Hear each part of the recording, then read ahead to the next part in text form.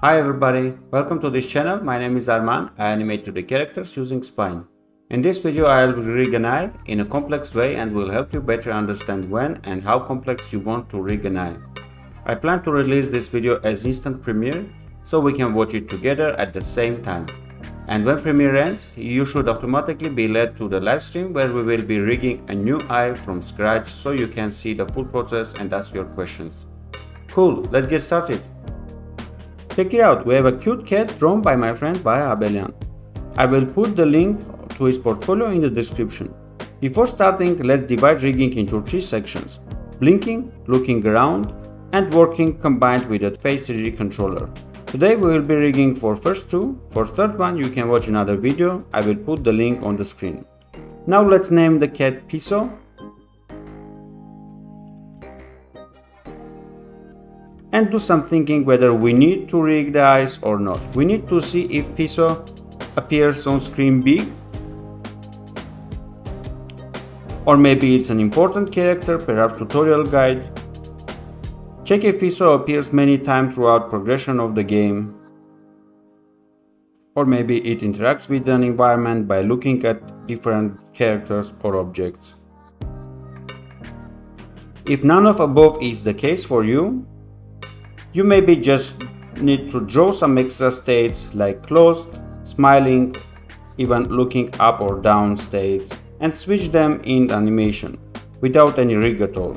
For example, I animate Monster Legend characters using 2 states for eyes, opened and closed, and they are pretty much important characters and appear many times throughout the game, and even big enough for me to do the rigging. But they have thousands of monsters in the game, so the process got optimized time-wise, since the rigging the eyes takes solid portion of the total rigging. So make sure the decision you do is well. Okay, let's do the rigging. We will be starting from blinking functionality.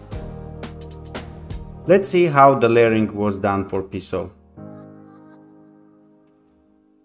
You can see that we have shines of the eyes separated in different layers, so we can also move them with the pupils. And we have opened and closed states for the eyes. I would use open states when eyes are opened if they are a little bit beautiful than this.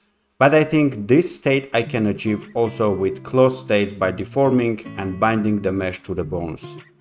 Sometimes characters come with bottom eyelid, like this guy, and it helps us to do more realistic look and achieve more emotions. But don't worry, we can also go without bottom eyelid and rig just top one. In our case, we will be throwing this open states since they are simple and we can achieve similar look by just rigging the closed state. So let's open closed state.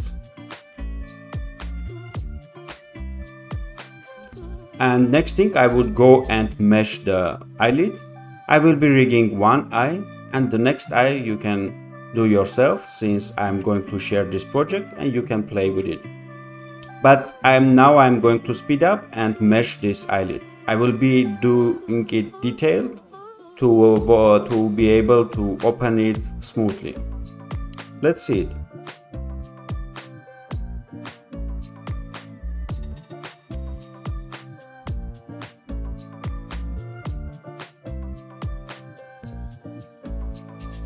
Now that I have it meshed, I will be needing to add a bone and bind the mesh to it, so that bone can control open and close of the eye.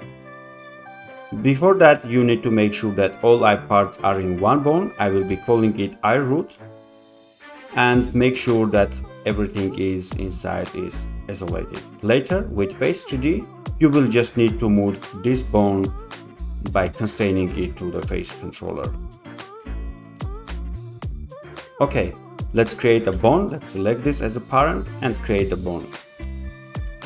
After that, I will select the mesh, bind it to root bone and eyelid bone, and let's give it all back to the root. Now with add brush tool, with feather 100% and maybe a little less size, we can start pushing it. But before that we need to move it as simulating the already opened state. But this needs to happen after we bind it. So the mesh knows that initial binding pose, the bone was here. So now it moved here. If we now give it the value to this bone, it will, the points will move.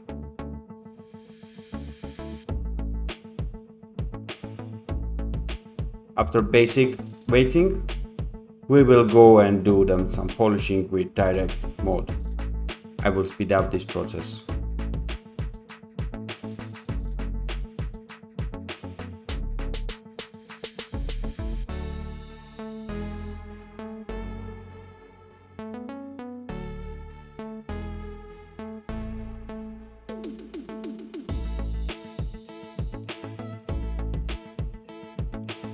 Now I have it bound. I will maybe do some adjustments here at this edge by adding some vertices and polishing the bindings, but now I need to compare with the original design. Let's open it and see if our rig allows us the same state. I see something comes out from here, so I will be definitely fixing it. As well, I will smoothen out these sections.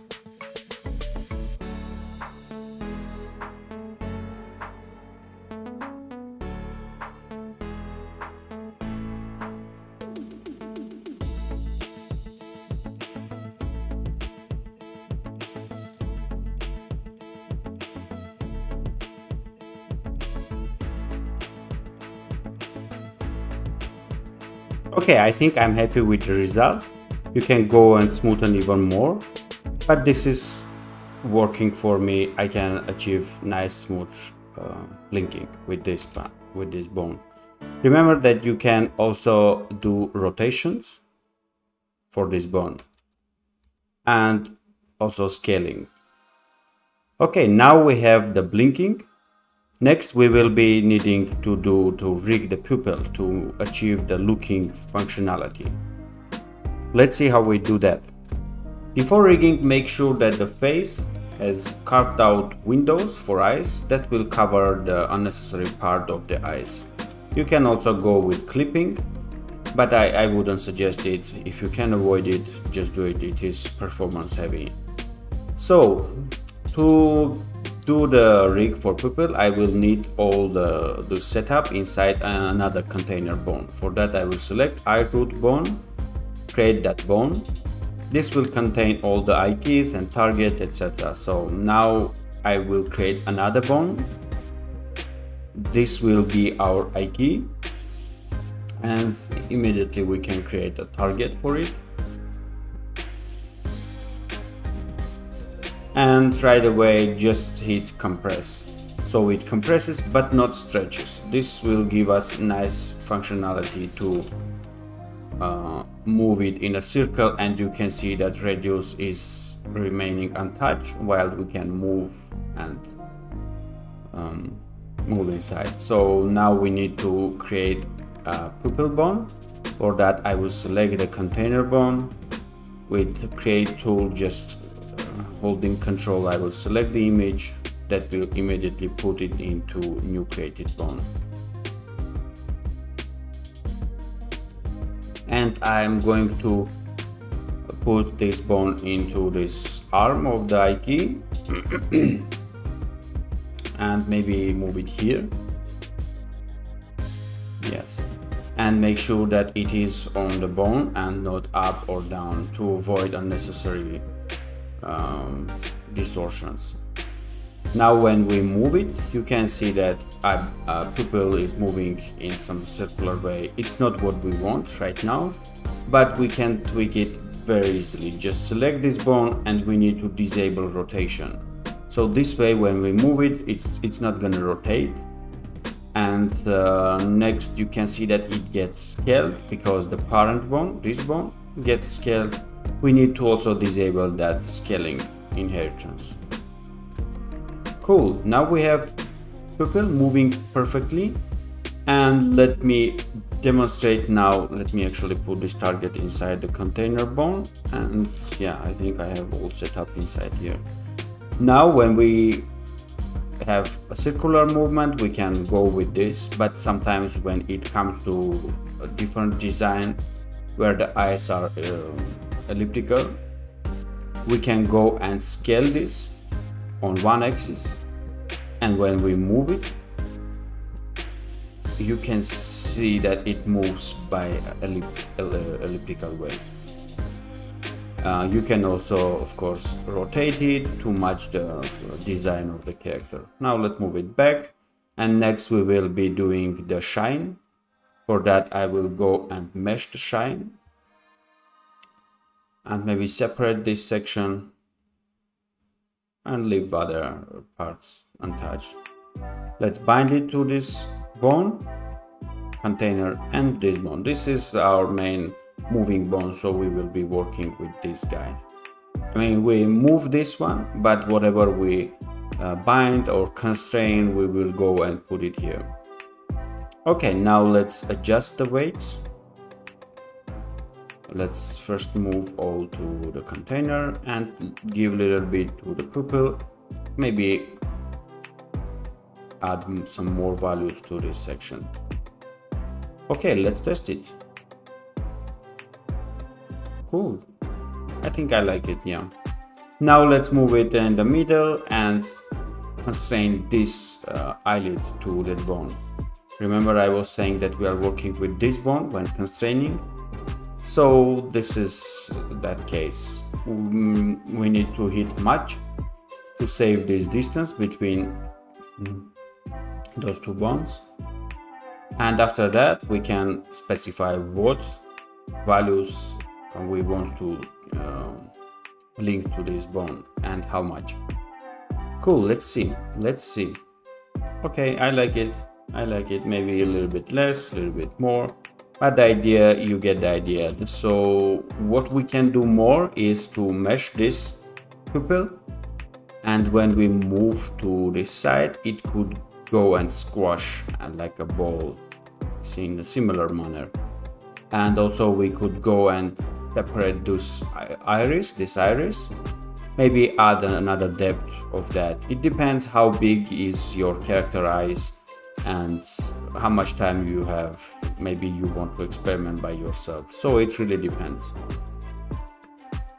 Okay, I think I will leave you here. If I did everything correct and you are watching this premiere first time with me, you should be navigated to another stream video where I will be streaming another character and doing the same rig just with another character.